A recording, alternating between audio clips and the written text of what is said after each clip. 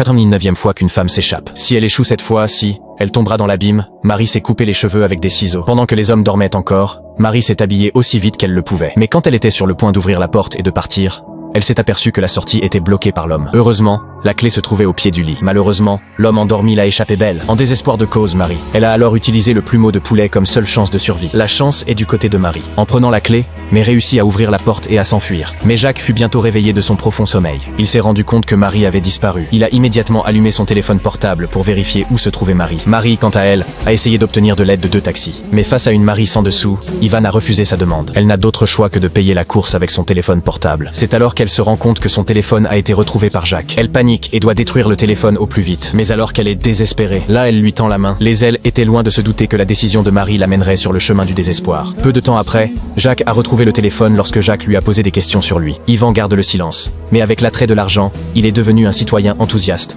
afin de rattraper Marie le plus vite possible. Jacques proposa à Ivan de lui ouvrir la voie. Ensuite, il lui donnerait plus d'argent, séduit par l'appât du gain. Ivan prend rapidement un raccourci pour arrêter le taxi de Marie. Heureusement, là il a arrêté Jacques. Cependant, il peut retarder pour un moment, mais pas pour toute une vie, sentant le danger. Marie est sortie de la voiture plus tôt que prévu. Soulagée, la F fait signe à Jacques de monter. L'instant d'après, Jacques déverrouille la voiture avec sa clé. Piégé dans la voiture, Jacques c'était comme un oiseau en cage. Mais là il était loin de se douter qu'il se relèverait pour sa bonne action. Ivan regretterait sa myopie pour le reste de sa vie. Quelques jours plus tard, Marie était habillée de façon élégante et portait un sac. Elle est venue voir l'île dans son ancien repère. La première chose qu'elle a faite en voyant l'île a été de lui demander quelle était la voiture de ses rêves. Il s'avère que Jacques était le mari contrôlant de Marie pendant très longtemps. Maintenant, Jacques a été arrêté et envoyé en prison. Marie est devenue une femme riche. Votre gentillesse involontaire vous reviendra toujours d'une autre manière.